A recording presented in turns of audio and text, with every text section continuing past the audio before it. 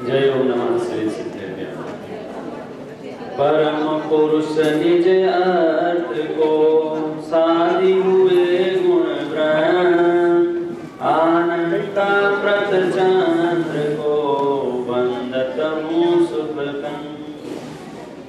वाणी बिन van ना बने, van बिना बिन नैन, नैन बिना ना बान बने, नमो वाणी बिन वैन। गुरुर भावे आप पर, तारक वारक पार, सुर गुरु गावे आप पर, हारक वाच करा।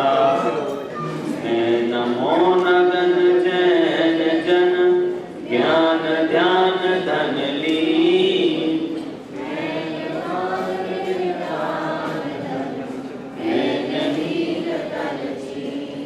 कोई नर निश्चय से आत्मा को शुद्ध मान, भय है स्वच्छंद नाति छाने निज शुद्धता।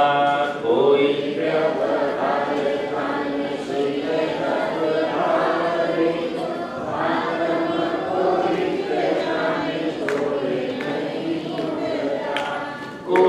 व्यवहार नय निश्चय के मार्ग को भिन्न भिन्न जाने पहचान कर। जब जाने निश्चय के भेद व्यवहार सब,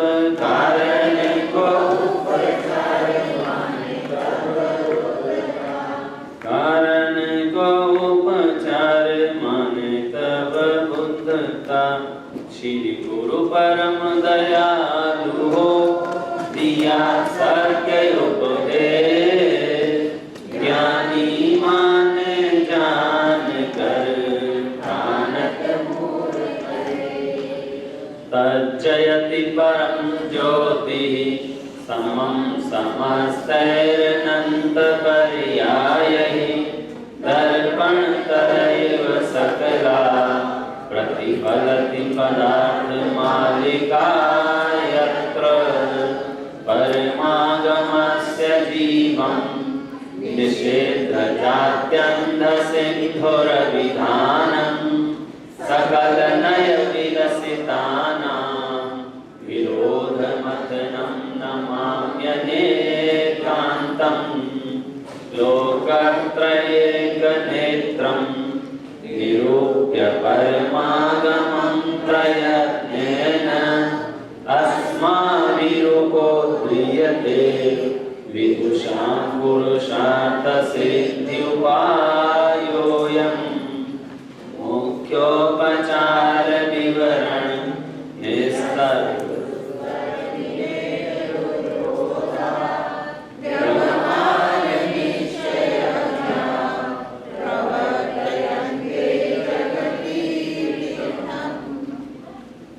सबसे पहले पुरुषार्थ सिद्धि उपाय नामक ग्रंथ में मंगलाचरण के द्वारा उस परम ज्योति को नमस्कार किया, जिसमें पूरा विश्व झलक रहा है।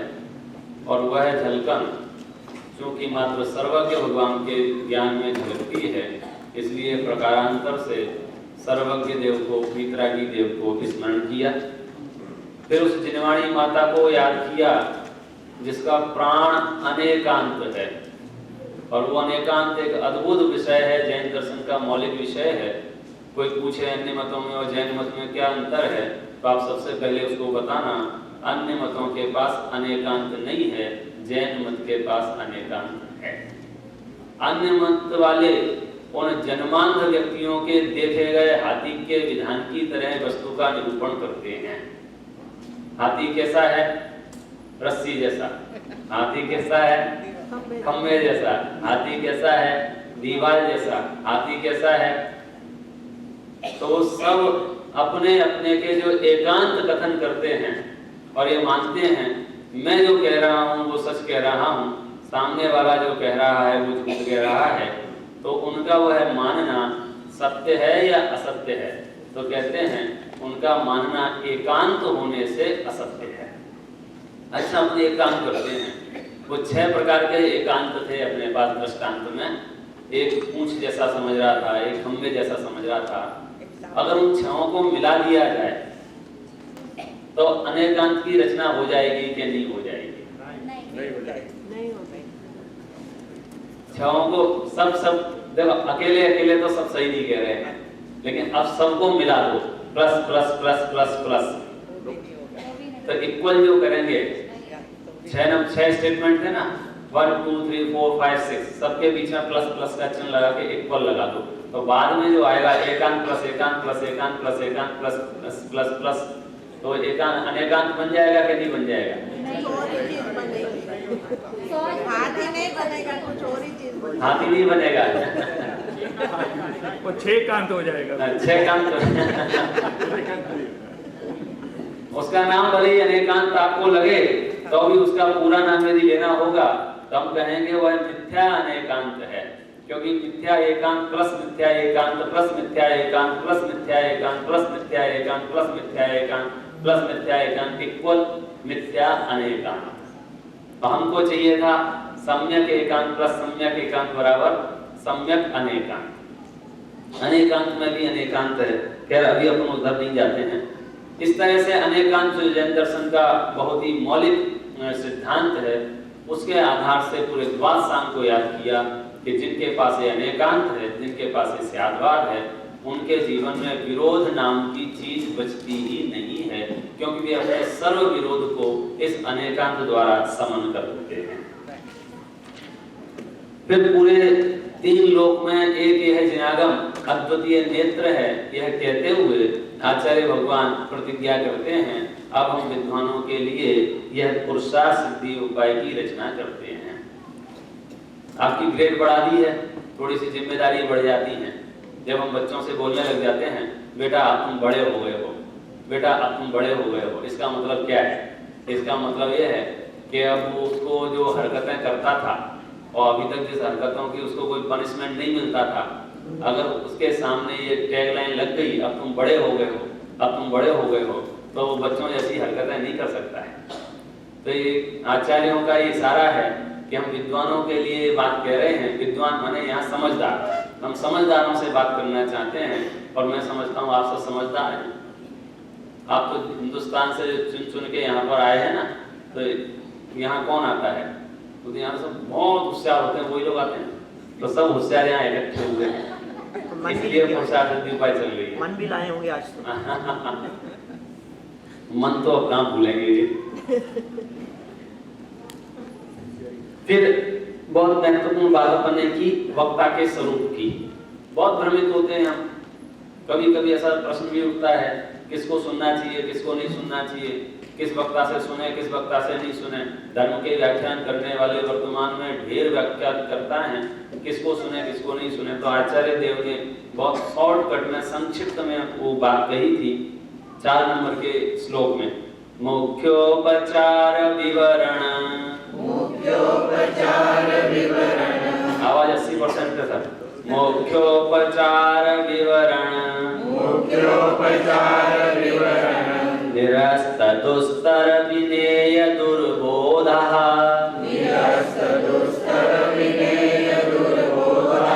व्यवहार निश्चयज्ञः प्रवर्तयन्ते जगति तीर्थम्।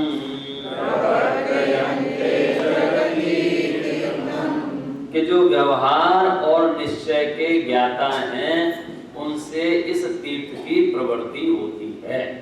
न केवल निश्चय के ज्ञाताओं से जगत का भला होने वाला है, न केवल व्यवहार के ज्ञाताओं का इस जगत का ज्ञाताओं से जगत का भला होने वाला है। अब हमको जो पक्ष उपज गया था वो हमारी अज्ञानता थी कि हमने दूसरे नए को समझे बिना, दूसरे नए को पढ़े बिना, हमने जितना सुना, हमने जितना समझा वह उतना ही सत्य है, उसके आगे पीछे कुछ नहीं। तो उसका खंडन किया कि ऐसा कोई शिष्य आ जाए, उसके आग्रह को मेट देवे, उस वक्ता से उपदेश सुनना चाहिए। कभी कभी उठता है प्रश्न मन में कि भाई ये निश्चय है, व्यवहार है, इसमें से बढ़िया कौन सा है? कल हल्की सी चर्चा की थी। तो देखो, ये वक्ता के अभिप्राय पर निर्भर करता है। आपको कौन सी औषधि सेवन करनी है ये डिसीजन आप नहीं लेंगे, कौन लेगा? वैद्य लेगा। लिखा है टोडरमल जी ने उस प्रकरण में, जब ये शिष्य भ्रमित हो गया, हमको समझ में नहीं आता है, कभी आप कहते हो ये रागादि आत्मा के हैं, कभी आप कहते हो ये रागादि जड़ के हैं, कर्म के हैं, आप तो सच बताओ कर्म किसके हैं? तो टोडरमल जी ने पता क्या लिखा है? देखो भैया, हमको इससे कोई फर्क नहीं पड़ता है वो किसके हैं, बड़ा मुद्दा तो ये है वो भले हैं या बुरे हैं, हे हैं या उपादेय हैं, तेरे लिए हितकारी भाव हैं कि अहितकारी भाव हैं। वो क्रोध मान माया लोभ का परिणाम जो तुझे उपजता है बार बार, वो रखने लायक है कि छोड़ने लायक है? मूल मुद्दा तो ये था कि वो छोड़ने लायक है। फिर उन्होंने कहा यदि तू इन्हें अपना मानता होगा, और जिसे तू अपना मानेगा उसे कैसे छोड़ेगा? भाई किसी को आप अपना मान लो, फिर आप उसे छोड़ सकते हो कि नहीं छोड़ सकते हो? कदाचित द्रव्य रूप से छूट भी जाए परिस्थिति सापेक्ष, तो भावों में वो छूट सकता है कि नहीं छूट सकता है? वो नहीं छूटेगा, क्योंकि हम उसको अपना मानते हैं ना। तो अपना मान लिया तो आप सब मामला शुरू हो गया कि नहीं हो गया? तो मूल मुद्दा ये था कि यदि आप उसको अपना मानते होगे तो हम कहेंगे भैया ये तो कर्म के निमित्त से हुए हैं, कर्म के हैं, तेरे नहीं हैं। और यदि तू कहेगा मेरे तो है ही नहीं, तो फिर मुझे क्या परवाह है, होने दो, तो तुझे कहेंगे भैया तू इसका उपादान कारण है, कर्म तो विचारे निमित्त हैं। अरे यार आप बार बार बात पलटो मत, आप या तो कह दो मेरे हैं या कह दो दूसरे के हैं। जिनागम में इतना भ्रमित हुए। अब जब ये विषय जब भी चलता है तो एक कथन तो इतनी बलजोरी से करने वाला ये है कि राग ने आत्मा को छुआ ही नहीं। आज संजीव जी भाई साहब बता रहे थे आत्मा के प्रदेश और राग के प्रदेश, क्रोध के प्रदेश भी भिन्न हैं। एक आता ही नहीं उपयोग है, उपयोग में उपयोग नहीं, क्रोध आदि में। उस प्रकरण में वो बात गुरुदेव श्री ने बहुत खुलासा किया उस विषय का। दूसरी तरफ हम कार्य कारण का विचार करते हैं तो वो जो रागादि भाव जो हैं, मोह राग द्वेष के परिणाम जो हैं, क्रोध मान माया लोभ के परिणाम जो हैं, वो उत्पन्न कहाँ हुए हैं? तो उसका मूल मालिक कौन है? उसका उपादान कारण कौन है? क्योंकि उसका उपादान कारण तो जीव ही है, क्योंकि जीव के क्षेत्र को छोड़कर वे अन्यत्र कहीं उत्पन्न नहीं होते हैं। तो उपादान कारण को कारण तो नहीं माने और निमित्त कारण के माथे में सब फोड़ देना, ये भी एक विवक्षा है। इकलौती विवक्षा है जहां मुमुक्षुओं ने निमित्त को उपादान जैसा बना दिया। निमित्त माने अपने यहाँ क्या है? निमित्त माने अकिंचित कर, निमित्त की कोई अहमियत नहीं है, वो तो स्वयं आते हैं स्वयं जाते हैं योग्यता अनुसार। मूल कारण तो उपादान है, मूल कारण तो उपादान है। लेकिन जब हमने देखा हमारा प्रयोजन भिन्न है, तो राग द्वेष मोह आदि का जो मूल कारण आत्मा था, इसको तो कर दिया गौण, इसको कर दिया गौण, और मुख्य किसको कर दिया? जो कर्म विचारा निमित्त था, कर्म के उदय से हुए ना ये कर्म निमित्त था, उसको कर दिया मुख्य। तो ये जो मुख्य गौण की व्यवस्था है, यही तो नए विभाग है। अब जिनको ये विवक्षा समझ में नहीं आती है वो फंस जाते हैं, इसलिए ये बहुत जरूरी है। अब देखो 5वें नंबर का जो अपना श्लोक जो प्रारंभ हुआ है, अब इसमें मत उलझना। किसमें? मोह राग द्वेष मेरे हैं कि दूसरे के हैं? पहले तो ये नक्की कर लो कि ये भले हैं या बुरे हैं।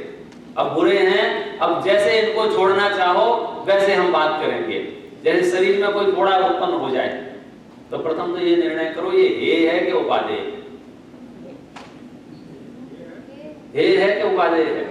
हे माने छोड़ने लायक, उपादेय माने रखने लायक। तो छोड़ने लायक है कि रखने लायक है? ये छोड़ने लायक है। अच्छा, अब इसको हम अपना माने कि नहीं माने?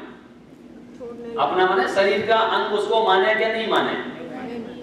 नहीं माने। शरीर का अंग है तो है ही नहीं, अब रहने तो उसको क्या फर्क पड़ता है अपने को? शरीर का अंग नहीं ना, उसको तो रहने तो उसको अपने को क्या फर्क पड़ता है? ये भाई तेरे शरीर में हुआ है, फैलता गया तो पूरा शरीर सड़ जाएगा। जब डॉक्टर साहब से हमने कहा ये मेरे शरीर का अंग नहीं है, ये शरीर नहीं है, शरीर भिन्न है, फोड़ा भिन्न है, और आलसी होके प्रमादी हो गए तो बार बार कह रहे हैं ये इतना भिन्न नहीं है कि तू एकदम स्वच्छंद हो जा कि घोड़ा बना है तो बना रहने दे। अगर ये भिन्न है, तेरा नहीं है, तेरे से जुदा है, तो यहाँ क्या कर रहा है, इसको निकाल के फेंक दे। इस प्रयोजन से भिन्न है वो।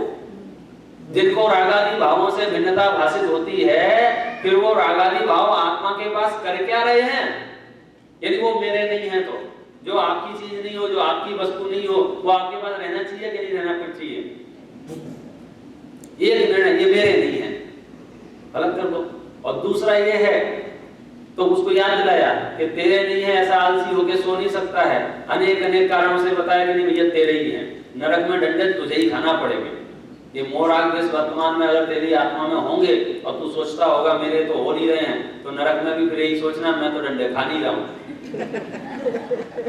वो हिसाब किताब तो बराबर रहेगा कि नहीं रहेगा? इसलिए नए गौण, नए व्यवस्था जो है, कहां किसको मुख्य करना, कहां किसको गौण करना, ये समझ में नहीं आया तो हम बहुत फंस जाएंगे। कहां निमित्त को मुख्य करना, कहां उपादान को मुख्य करना। अध्यात्म के इस प्रकरण में निमित्त को मुख्य कर दिया। रागादि भाव किसकी वजह से हुए हैं? कि कर्मों के निमित्त से हुए हैं। तो कर्मों के निमित्त से हुए हैं तो कर्मों के माता पिता कर्मों के हैं, तो भूल जाए। क्यों? क्योंकि तू उसे अपना मानेगा तो उसके रखने का, संरक्षण का, पालने का, पोषने का भाव आए बिना नहीं रहता है। जो चीज अपनी है वो तो पनपनी चाहिए ना। क्रोध मेरा है, मान मेरा है, लोग तो बोलते भी हैं, पंडित साहब आपको पता नहीं है मेरा क्रोध जो है अब मेरे ही शुरू कर दिया तो गड़बड़ वही हो गई। मेरा क्रोध बहुत खतरनाक है। वो क्रोध ही तेरा नहीं है, बाद में निर्णय करेंगे खतरनाक है कि नहीं है। इसलिए अब हम आगे बढ़ते हैं कि जो निश्चय व्यवहार के ज्ञाता हैं उसका प्रयोग किस तरह से होता है। निश्चयमिह भूतार्थम व्यवहारं वर्णयन्त्य भूतार्थम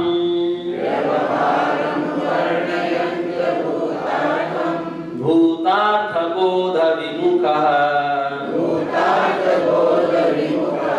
प्रायः सर्वोऽपि संसारः।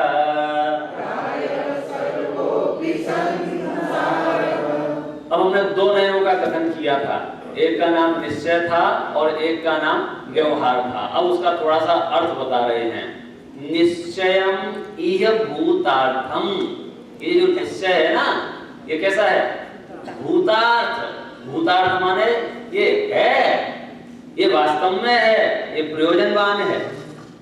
व्यवहारं वर्णयन्ति अभूतार्थम, और हमने जो ये व्यवहार वर्णन किया ना, ये कैसा है? अभूतार्थ है। भूतार्थ बोध विमुखः, भूतार्थ के बोध से जो विमुख हैं, निश्चय के बोध से जो विमुख हैं, निश्चय नए के विषय से जो अनभिज्ञ हैं, प्रायः सर्वोपि संसारा, प्रायः वे सब के सब संसारी हैं। इतना अंतर। थोड़ा सा मामला जो है पलट रहा है। पलट रहा है माने हमको नयों की चर्चा करते करते उनकी वास्तविकता, उनकी सत्यार्थता को ध्यान में रख के ही आगे बढ़ पाएंगे, नहीं तो हम मोक्ष मार्ग में आगे कैसे बढ़ पाएंगे। कल हमने एक नई समस्या पैदा की थी। क्या पैदा की थी?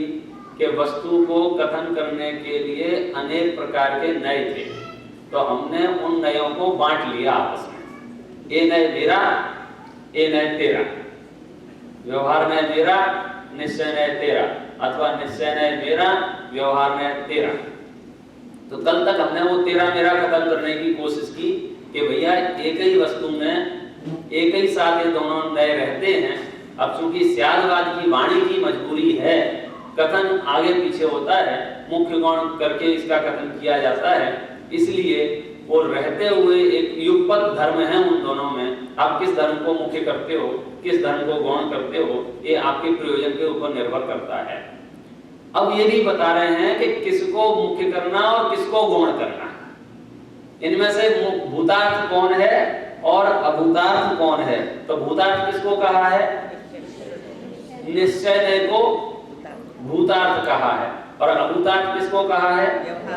व्यवहार नय को अभूतार्थ कहा है। अब ये मत समझना निश्चय वालों की सभा है तो निश्चय को भूतार्थ कहेंगे, ये कौन कह रहा है इस बात को पहले जांचना। ये ग्रंथ जो है ना पुरुषार्थ सिद्धि उपाय है, और इस ग्रंथ की खासियत ये है आचार्य अमृतचंद्र देव सर्वमान्य आचार्य हैं।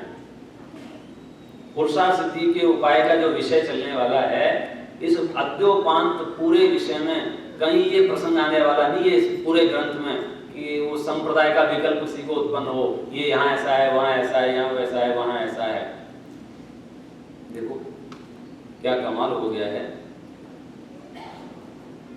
हमको सिर्फ और सिर्फ जिनेंद्र भगवान के उपदेश सुनने के लिए संगी पंचेंदी पने की पात्रता चाहिए थी, बस। इसके आगे कुछ नहीं। बाकी के जितने भी चोगे हैं वो सब अगर आप जूते चप्पलों के साथ उतार के नहीं आए तो फिर तब तो समझ में नहीं आएगा। यदि आप यहाँ कोई बन के बैठे होंगे माने किसी पंथ संप्रदाय को चित्त में रख के बैठे होंगे और यूं सोच रहे होंगे, हाँ मैं सुन रहा हूँ ये दिगंबर वाले क्या बोलते हैं, पता चलेगा आज। अथवा आप समझे तो क्या होगा, आप सुनना, परीक्षा बुद्धि से ही सुनना और अपनी बुद्धि को अलर्ट करके सुनना। ये तो अपन पहले ही कर चुके हैं। हम तो सर्वकथन ये घोषणा करके ही चालू किए हैं। शिवरी ये कह के चालू किया है कि आप तो परीक्षा किए बिना तो एक भी सिद्धांत को ग्रहण करना ही नहीं, और हमने तो उल्टा परीक्षा करने का जो टूल्स था वो भी याद दिला दिया आपको, जो आप घर रखाते थे, हाँ, जिसके द्वारा निर्णय किया जा सकता है। तो मशीन भी आपको बता दी, अब जिम्मेदारी आपकी बढ़ गई क्योंकि हर एक की मशीन आपके पास है। अब यहाँ जितने भी कथन चलेंगे कृपा करके उन कथनों को जब आप सुनेंगे और आपकी मान्यता से मेल ना खाएं, जो आपने पहले सुन रखा हो वैसा ना मिले सुनने को, तो जल्दबाजी करके फटाक से किसी दूसरे से पूछने नहीं पहुंच जाना, नहीं तो क्या गड़बड़ होगा, मन का यूज नहीं कर पाएंगे। मैंने अधिकांश बार ये देखा है कि जब भी मैं कोई निरूपण करता हूँ खास करके अलग अलग विषयों का, तो जिस जीव की जो जो मान्यता होती है उसको जब पता चलता है, अरे मेरे गुरु ने तो ऐसा बताया था, तो 2 मिनट भी चिंतन किए बिना, मनन किए बिना, विचार किए बिना फटाक से उस गुरु के पास पहुंच जाता है और बोलता है फलाने पंडित जी ऐसा कह रहे थे। तो गुरु जी का अच्छा ऐसा कह रहे थे, तो फिर उसने मन का उपयोग किए बिना पूर्ववत हो जाता है, पूर्ववत। इसलिए हम ये कह ही नहीं रहे हैं, हम तो साथ में कह रहे हैं कि हम कह रहे हैं या मैं कह रहा हूं, इसलिए भी कोई बात मानना ऐसा नहीं। ये धर्म बहुत अद्भुत धर्म है। यहाँ तो हम सामान्य कथनों की बात कर रहे हैं। अमृतचंद्र समंतभद्र आचार्य देव तो भगवान की परीक्षा करते, उन्होंने ग्रंथ लिखा है, दादा कल जिसके अंतिम छंदों को याद कर रहे थे, आप तो मीमांसा, देवागम स्तोत्र, भगवान की परीक्षा। अब कभी कभी हमको बड़ा आश्चर्य होता है या कहाँ अपन उल्टा सीधा आचरण करने वाले मामूली श्रावक भी ढंग से हैं कि नहीं हैं, और भगवान की परीक्षा करें, अपन गुरु की परीक्षा करें, अपन शास्त्र की परीक्षा करें। बोले प्रैक्टिकल संभव है क्या नहीं है किसी में ताकत देर साल गुरु की परीक्षा करने की? तो आधे तो वैसे सरेंडर हो गए, नहीं लिया आपने।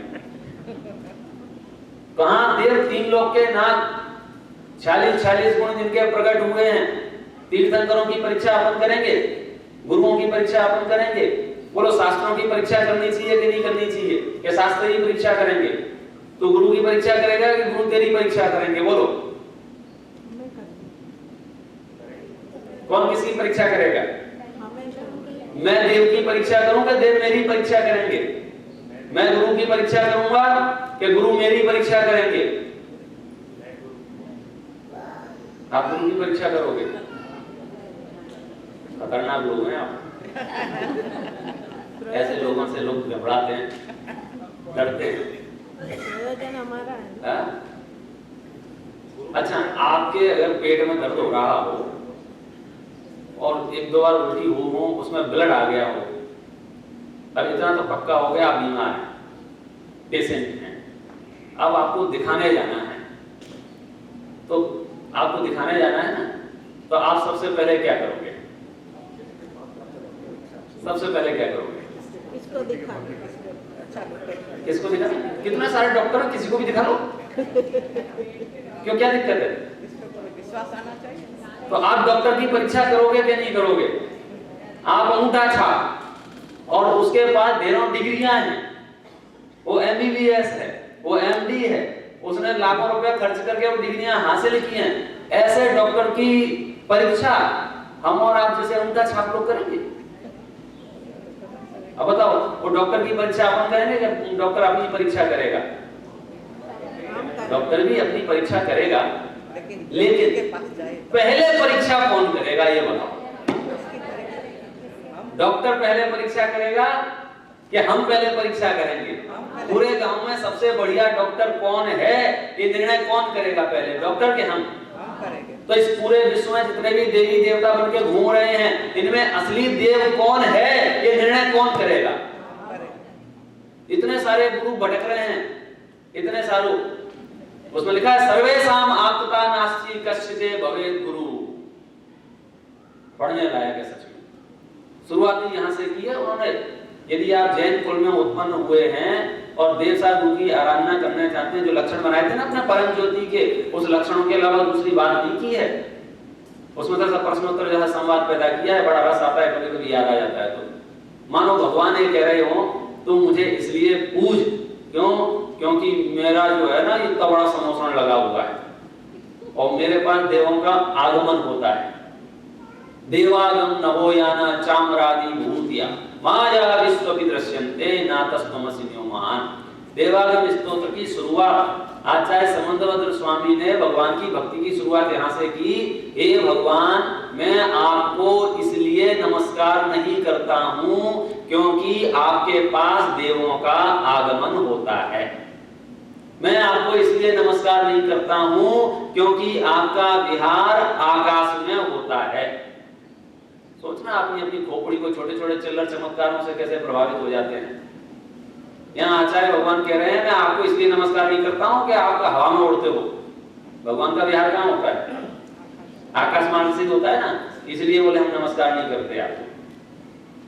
देवों का आगमन होता है ना, इसलिए हम आपको नमस्कार नहीं करते। आपके पास चमर आदि विभूतियां है ना, इतने सारे देवी देवता चमर ढोड़ते हैं, यज्ञ यक्षणियां उनके सेवा करती हैं, इसलिए हम आपकी सेवा नहीं करते हैं। तो पूछे क्यों भाई, क्या प्रॉब्लम है इसमें सेवा करने में? तो वो कहते हैं माया विश्व की दृश्यन्ते, ये चीजें तो मायावियों में भी देखी जा सकती हैं। आपकी भाषा में कहूं, ये चीजें तो जादूगरों में भी देखी जा सकती हैं। जादूगर नहीं चलता है हवा में। यहाँ आपने मैजिक शो देखे होंगे, एक आदमी के दो टुकड़े करके, अच्छा एक ही आदमी को हवा में उठा देते कि नहीं उठा देते? अब दो उसको चढ़ाओ चावल, क्यों? हवा में उड़ रहा है ना वो। भाई साहब, हम जैन हैं, ये छोटे मोटे चिल्लर चमत्कारों से प्रभावित नहीं होते हैं। ये तो जादूगर भी कर सकता है। तो मानो भगवान ने कहा नहीं नहीं, इसमें तो ठीक है, कोई बात नहीं, मेरे शरीर को देखो, एकदम मल मूत्र से रहित, एकदम नीट एंड क्लीन बॉडी है मेरी, इसलिए तो नमस्कार करो। लिखा है उसमें मल मूत्र से रहित है मेरा शरीर। तो समंतभद्राचार्य क्या जवाब देते हैं? इसमें क्या आश्चर्य है? देवताओं का शरीर भी मल मूत्र से रहित होता है। जितने भी स्वर्ग के देवी देवता हैं, इनके शरीर में भी कहां मल मूत्र पाया जाता है, इसलिए भी आप महान नहीं हो। मानो भगवान के जन्म में आ गए, अभी पूजेगा क्या नहीं पूजेगा? एक नया लॉजिक दिया। अच्छा एक काम करो, मैंने जैन धर्म चलाया है इसलिए तो मुझे पूज लो। कोई जैन धर्म के प्रवर्तक है ना आदिनाथ भगवान, जैन धर्म को चलाया है इन्होंने, जैन धर्म की प्रभावना की है। तो समंतभद्राचार्य कहते हैं इसलिए मैं आपको नहीं पूजूंगा। क्यों? क्योंकि इस हेतु से पूजूंगा ना, आपने जैन धर्म चलाया है तो हर एक देवी देवता ये कहेंगे मैंने ये धर्म चलाया इसलिए मुझे पूज लो। सभी अपने अपने धर्म के संचालक बने बैठे हैं कि नहीं बने बैठे हैं? आपने समय किया है, आपने आगम बनाया है, आपने धर्म तीर्थ की रचना की है, इसलिए मैं आपकी पूजा नहीं करता हूं। समझ में आ रहा है मैं कुछ कह रहा हूं? प्रकरण क्या चल रहा था? परीक्षा कौन करे? मैं देव की करूं क्या देव मेरी? मैं गुरु की क्या गुरु मेरी? मैं शास्त्र की परीक्षा करूंगा कि शास्त्रों से खुद परीक्षित होऊंगा? डॉक्टर मेरी परीक्षा करेगा कि मैं डॉक्टर की परीक्षा करूंगा? दोनों करेंगे, दोनों करेंगे। मुद्दा तो पहले का है। अगर पहले आपने सही डॉक्टर की परीक्षा नहीं की और किसी भी डॉक्टर से परीक्षा करवाई तो फिर आप परीक्षा के लायक नहीं बचेंगे। नहीं होता है ऐसा? ढेर होता है कि हमारे यहाँ तो बोलते ही थे, ये नीम हकीम खतरे की जान। आपने थोड़ा भी ध्यान भटा, आपका नहीं समझ में आया, आपने किसी से भी अपना इलाज चालू करवा दिया, अभी बहुत चलता है। वो ऐसे यूं हाथ देखेंगे आपके ऐसे, अच्छा आपकी कुंडली में जो है शनि 7.5 ये क्या होता है? पूरे काल सर्प योग भी है आपको। अच्छा, इससे क्या होगा? व्यापार खत्म हो जाएगा, घर में कलह हो जाएगा, तलाक हो जाएगा। वो घबरा गया, बचाओ बचाओ बचाओ बचाओ बचाओ। तो उपाय है ना हमारे पास, विधान करवा दो। तुम जैन हो, तुमने तीर्थंकरों के कुल में जन्म लिया है, तुमने परीक्षा भी की है, क्या बोल रहे हो क्या नहीं बोल रहे हो? जादू मंत्र तंत्र मंत्र टोने टोटके जैनियों को नजर लगती है कभी? ये वो शुद्ध आत्मा है जहाँ क्रोध के प्रदेश भिन्न है, और वो शनि 7.5 हमारा क्या बिगाड़ सकता है? क्या बिगाड़ सकता है? नहीं बिगाड़ सकता है। जैनियों को काल सर्प योग लगता है कि नहीं लगता है? अब कोई कुछ भी कहे, यहाँ भी ऐसे लोग बैठे हैं, मुझे पता चल जाता है, मेरे दिव्य ज्ञान में झलक जाता है। मैं क्या करूं? झलक वाला कुछ नहीं आता है। कौवे सब जगह काले होते हैं, कौवे सभी जगह काले होते हैं। क्षेत्र बदलने से मान्यताएं नहीं बदल जाती हैं। होशियारी दूसरी जगह बढ़ गई होगी, श्रद्धा से तो हम उतने ही कमजोर हैं। ये दिखावे की सफाई से कुछ नहीं होगा, अंदर की सफाई करनी पड़ेगी। ऊपर से इतना hygienic neat and clean sanitiser 10 बार रगड़ेगा और अवश्य पदार्थ चाहे इतने खा ले, इतना हाइजीनिक। टच हो गया हाथ धो लो, टच हो गया हाथ धो लो। और खाने में वो 5 दिन पुरानी रोटी भी इसको चलती है, क्षमा करना। और नहीं करोगे तो मेरा क्या बिगड़ेगा? अरे एक जगह गलती से किसी का कहाँ गया था, घर नाम नहीं बताता हूँ, फ्रिज खोला, उसमें से डब्बियां रखी थी, मंडे की, ट्यूसडे की, क्या है बोले इसमें दूधी की सब्जी है। सुधारे हुए फलों की मर्यादा, बनाए हुए फलों की मर्यादा। नहीं बोले फ्रिज में है ना, फ्रिज में है ना। अच्छा फ्रिज में है तो ठीक हो गया। वैसे शरीर से आत्मा निकल जाए तो इसको डीप फ्रिज में रख दो, अब सही है? कुछ बचेगा क्या उसमें? आप फ्रिज से निकाल के 10 मिनट में बाहर रखो, उसमें जीव दिखने लग जाएंगे आपको, क्योंकि वो एक्चुअल तो खत्म हो गई उसकी लिमिट। अब तो आपने खींच के ऐसे वातावरण में है कि उसमें जीव राशि पैदा होने की सामर्थ्य प्रकट हो गई है, लेकिन हम बेचारे जीवों की इतनी ताकत नहीं थी ठंड गर्मी सहन कर सकें, इसलिए हो नहीं पा रहे हैं। जैसे ही मौसम बदलेगा वो तुरंत पैदा हो जाए, मर्यादा तो खत्म होगी उसकी।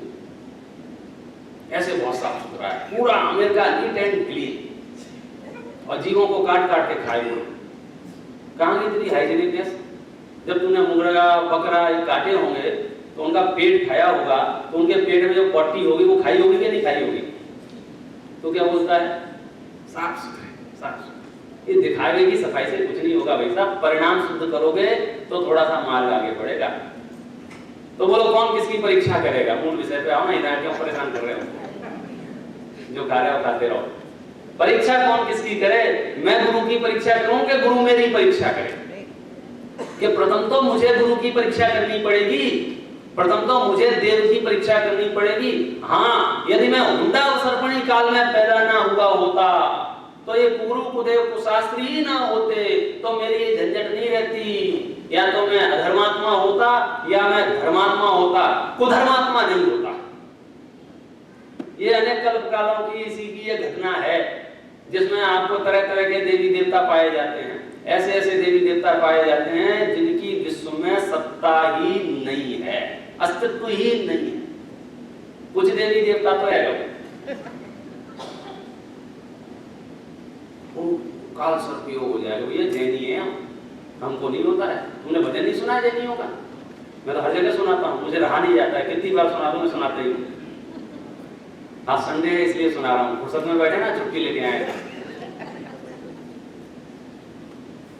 जुलूस में गाते हैं हम लोग प्रभावना के समय, और दिगंबर श्वेतांबर मिल के गाते हैं।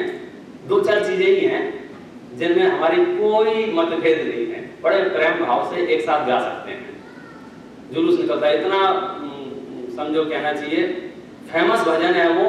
हिंदुस्तान के तो बैंड वालों को भी वही अकेला याद है। जैनियों का जुलूस है तो वो एक भजन जरूर गाएंगे, कौन सा? तुमसे लागी लगन ले लो अपनी शरण, पारस प्यारा मैटो जी संकट। किस किस को याद है? और क्या सबको याद है? मैंने बोल दिया बैंड वालों को भी याद है, तो हमको याद क्यों नहीं होगा? सबको याद है, और बोला भी सबने है, और चिल्ला चिल्ला के बोला है। काश आप उनके शब्दों तक पहुंच गए होते तो हमको आज का ये व्याख्यान तो बिल्कुल नहीं करना पड़ रहा है। शुरुआती भजन में आपने कह दिया था, हे भगवान मुझे आपसे लगन लग गई है, और आपसे लगन लग गई है इसका मतलब आप समझे? दूसरे से सबसे लगन छूट गई है, क्योंकि ये नियम है, लगन एक बार में एक से ही लग सकती है, और दो से एक साथ कोई लगन रखे तो बेचारा मर जाए। और मरे कल रखी थी एक ने, क्या कहना चाहिए, दो टुकड़े हो गए थे ना निश्चय और व्यवहार के, तो क्या मट्टी पलीत हुई थी, अब उसको मैं दोहराना नहीं चाहता हूं। तो बोले हम तो जैन कुल में जन्मे हैं, और पार्श्वनाथ भगवान आपसे हमारी लगन लग गई है, और हम आपसे निवेदन कर रहे हैं कि हमारा संकट मिटे। भजन में ऐसे ही बोला ना अपन ने, तुमसे लागी लगन ले लो अपनी शरण, पारस प्यारा। आगे क्या है? ये थोड़ा तेजी से बोल रहा है, थोड़ा जोर से। ऐसे नहीं मिटेंगे, आपने मन ही मन में बोल दिया, भगवान को सुनाई तो देना चाहिए। मैटो जी संकट, तो भगवान भी मूड में आ गया, अच्छा बता संकट क्या है? संकट तो बताने पड़ेंगे तब तो मिटेंगे। तो बोलो क्या संकट है? तो पता है आपने क्या बताया? मैंने जो सुना है सही हो तो हाँ करना। आपने कहा भगवान से, जग के दुख की तो परवाह नहीं है। सच बात है, कोई तकलीफ नहीं है आपको संसार के दुखों की? जग के दुख की आपको परवाह है क्या नहीं है? तो आप तो रोड पे चिल्ला चिल्ला के आए थे, अजैनों को सुना के आए थे कि भाई साहब हम जैन कुल के जन्मे हुए लोग हैं, हमको जग के दुख की तो परवाह नहीं है। जगत के दुख माने दुकान अच्छी नहीं चल रही है, शरीर में रोग हो गए हैं, बाल बच्चे कहना नहीं मान रहे हैं, पत्नी बेवकूफ मिल गई है, पति मूर्ख है, ये सब जगत के दुख हैं। जगत के दुख और क्या होते हैं? 3 बच्चे हैं, 2 होशियार है, 1 मूर्ख है, ये जगत के दुख हैं। तो फिर अपन चक्कर लगा रहे हैं भगवान के, भगवान मेरी पत्नी का माथा ठीक कर दो या फिर बदल दो। ये जगत के दुख है ना। जगत के दुख क्या है? अब और इसमें डीप में जाऊंगा तो कितने ही तो जगत के दुख ऐसे हैं जो दुख ही नहीं है, हमने दुख मान रखे हैं। बहुत सारे ढेर तो काफी दुख तो ऐसे ही हैं जहां दुख नहीं है ही नहीं बिल्कुल, फिर भी हमने दुख मान लिए हैं। बहुत प्रसिद्ध बात है, कितने लोग दुखी हैं कि भाई तुम्हें मेरा रंग काला है। बोलो कालेपन में दुख है कि नहीं है? क्या दुख है? काले आदमी को खुजली चलती है, काले आदमी को भूख नहीं लगती है, काले आदमी को नींद नहीं आती है, क्या प्रॉब्लम है कालेपन से? लेकिन वो जो टीवी वालों ने पागल बनाया ना बार बार, गोरे होइए गोरे होइए गोरे होइए, तो उसको लगने लग गया कालापन सच में दुख रूप है, तो दुखी हो गया। दुखी था नहीं, वो 10-20 मूर्खों ने उसको दुखी कर दिया। लेकिन जब हमने बताया तुम क्यों टेंशन लेते हो, और अपने तो तीर्थंकर भी है कि नहीं है, 1-2, हाँ फिर ठीक है, अब क्या प्रॉब्लम? कोई काला हो तो बोलो हम नैनाथ के वंशज से आए, डायरेक्ट पार्श्वनाथ से हमारा डायरेक्ट कांटेक्ट है, इसलिए हमारा रंग ऐसा है। वैसे उसमें क्या दुख है? अब लाल रंग के तीर्थंकर बोलो कितने दुखी रहते होंगे, आपको मालूम है? लाल रंग के तीर्थंकर, हरे रंग के तीर्थंकर, सोने जैसे गोल्डन कलर के तीर्थंकर। अब बताओ लाल रंग के तीर्थंकर रोड से निकलते होंगे तो लोग कैसे कहते होंगे, उनको कितना बुरा लगता है। वो घोड़ी मोड़ देखते होंगे, अरे यार लाल रंग कैसे मिटे, बुरा हो जाऊंगा। इंडस्ट्री थी ही नहीं है पापियों की। जिसके श्रृंगारों में मेरा यह महंगा जीवन भूल जाता, अत्यंत असुच जड़ काया से इस चेतन का कैसा। तो आधे दुख तो ऐसे ही हैं, कैसे, जो दुख ही नहीं है और हम उनके नाश का उपाय करने में लगे हैं। ढेर ऐसे, ढेर एक नहीं हजारों दुख हो सकते हैं। एक आध दुख आप बताओ, थोड़ा सा प्रयोग कर लेते हैं। कैसे दुख, जो दुख नहीं है लेकिन हमारी कल्पना में जिनको दुख मान लिया है। और कौन से हैं? एक है बालों का सफेद होना, क्या दुख है इसमें? बाल सफेद हो गए, बोलो माता जी आपको क्या सर दुखता है? तो कुछ नहीं होता है। तो खाना जब काले थे तो अच्छे से खाते थे, सफेद हो गए तो कोई दुख नहीं है। अरे जिसके हुए तो उसको तो पता भी नहीं था भाई साहब, वो तो दूसरा ने भाई साहब आपको सफेद हो गए, भाई साहब सफेद हो गए, सफेद हो गए। तो अड़ोसी पड़ोसियों ने बोल बोल के वो जब घर गया तो आईने के सामने खड़ा होकर ढूंढता है,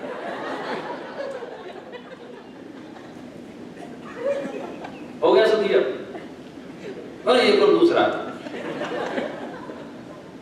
फिर तीसरा, फिर चौथा। अब उसने सब एक तरफ, क्यों क्या हो गया? तुम तो रोड पे बोल रहे थे ना, जग के दुख की तो परवाह नहीं है। भाई साहब तीर्थंकरों के कुल के हैं, जैन कुल के पैदा हुए हैं, हमको संसार के दुखों की तो कोई परवाह नहीं है। परवाह नहीं होने का एक रीजन है, क्योंकि उन्होंने वस्तु स्वरूप जान लिया है। हम जिस क्षेत्र में पैदा हुए हैं, जिस काल में हम पैदा हुए हैं, कौन सा काल चल रहा है मालूम है? कौन सा आरा चल रहा है? पंचम आरा चल रहा है, पंचम काल चल रहा है। तो पंचम काल में कौन पैदा होता है मालूम है आपको? जिन्होंने बहुत पुण्य किए हैं, जिन्होंने बहुत तपस्या की है पूर्व में। प्रथम शंकराचार्य लिखा है, जितने भी पापी जीव हैं वो यहीं आके पैदा होते हैं। गाली है पंचम काल में पैदा होना। रामायण का यदि वो प्रकरण याद हो पद्म पुराण का, जब विभीषण समझो रावण का साथ छोड़ के रामचंद्र जी के ग्रुप में एडमिशन लेने के लिए इंटरव्यू दे रहा था, तो उस समय लक्ष्मण ने बहुत ऑब्जेक्शन लिया था, भैया चक्कर में मत पड़ो, दूसरे के घर से आया है। तो उसने सुन लिया ये लक्ष्मण बिठा रहे हैं, तो तुरंत बोले विभीषण, यदि मैं असत्य कथन कर रहा हूं तो पंचम काल का मनुष्य हूं। इसका मतलब क्या है? जैसे आज बोलते हैं ना, अगर मैं झूठ बोलूं तो नरक में चला जाऊं। इतना खराब है। अब इतने थर्ड क्लास काल में आप पैदा हुए हैं, फिर आप कंप्लेंट करते हो, और यहाँ कोई सुनता नहीं है मेरी, अरे काली ऐसा या कोई किसी की नहीं सुनता तेरी क्या, यहाँ पेट बहुत दुखता है, माथा बहुत दुखता है। अरे तू देवगति में थोड़ी है, भूमि में थोड़ी है। अरे बहुत मेहनत करके पैसा आता है, कर्म भूमि है भैया, कल वृक्ष थोड़ी लगे हैं। तुम क्या समझे, पंडित प्रवचन कर रहे हैं, इनको भी कमाना ही पड़ता है, पेड़ भी नहीं लगे। क्या मतलब इसका? आप तो बिल्कुल वैसी बेवकूफी बात कर रहे हैं। पहले टिकट की बुकिंग करा के ऐसी जगह की बुकिंग कराई जहाँ ठंड बहुत पड़ती है। मैं सोचो लद्दाख में पहुंच गए, तो स्विट्जरलैंड में पहुंच गए, और पहुंचने के बाद अरे यार यहाँ ठंड बहुत पड़ रही है, अरे यहाँ ठंड, अरे उन्होंने तो आया क्या वो बुकिंग करा के? तो ये तो प्रदेश ही ऐसा है ना। रेगिस्तान घूमने गए, अरे धूल बहुत उड़ रही है, धूल बहुत उड़ रही है। जैसलमेर में जाके यहाँ रेत बहुत है, रेत बहुत है। तो ऐसे कई लोग कहते हैं यार यहाँ दुख बहुत है, या दुख बहुत है, तो बुकिंग करा के आए क्यों यहाँ? ये तो काल ही ऐसा है। इसलिए उस भजन में इस बात को डाला गया है, हम जैन कुल के लोग हैं, हमें जगत के दुखों की परवाह नहीं है। दूसरा एक बड़ा फैक्टर ये है कि संसार संबंधी जितने भी सुख दुख हैं, जन्मना, मरना, बड़े होना, रोगी होना, सुखी होना, दुखी होना, सब के सब कर्म व्यवस्था के अधीन है। वो किसी व्यक्ति ने नहीं किए हैं। मेरी 5 फुट 5 इंच हाइट क्यों है, मैं इतना लंबा क्यों हूं, मैं इतना वजन क्यों है, ये सब कर्मकृत है क्या नहीं है? कि किसी व्यक्ति का इसमें हाथ है? सारा का सारा मामला कर्मकृत है। तो कर्म व्यवस्था में कोई हस्तक्षेप कर सकता है कि नहीं कर सकता? बोलो। किसी की आयु 80 साल है, अब कोई ऐसा विश्व में देवी देवता है जो इस 80 साल को 60 साल कर सके? है कोई? नहीं, ऐसा तो नहीं है। 80 को 90 कर सके, ऐसा है? क्या मतलब है इसका? कि भाई साहब जो व्यवस्था व्यवस्थित चल रही है पूरे संसार की, उसमें तो कुछ कम ज्यादा हो ही नहीं सकता है। इसलिए उसने तो सबसे पहले ये घोषणा कर दी, कौन सी? जग के दुख की तो परवाह नहीं है। तो फिर पूछा, अच्छा तो फिर क्या चाहिए? स्वर्ग का सुख चाहिए? ये भजन में लिखा है, स्वर्ग सुख की भी चाह नहीं है। अब बोलो, पुण्य तत्व और पाप तत्व को एक साथ एक कहने वाला ये भजन है कि नहीं है? समय सार का पुण्य पाप एकत्व अधिकार और ये भजन बराबर हो गया कि नहीं हो गए? अर्थ समझें तो पूरा द्वार सांग एक है, और अर्थ नहीं समझें तो कई मूर्ख उस समय सार में भी ऐसे अर्थ, ऐसी टीका, ऐसे भावार्थ लिख रहे हैं कि पूछो मत ही। ऐसा लगता है अरे क्या। इसलिए हमको अपना मन एक्टिव मोड पे लेके निर्णय करना ही पड़ेगा। यहाँ हमने अभी तक जो चर्चा की है वो देव की, शास्त्र की और गुरु की चर्चा की है, और उसमें मुख्य रूप से ये चर्चा की है कि हम उनके लक्षण पहचान ले रहे, और एक बार लक्षण अपने को पता होगा फिर हम भ्रमित नहीं हो सकते हैं। तो देव का लक्षण है परम ज्योति, शास्त्र का लक्षण है अनेकांश।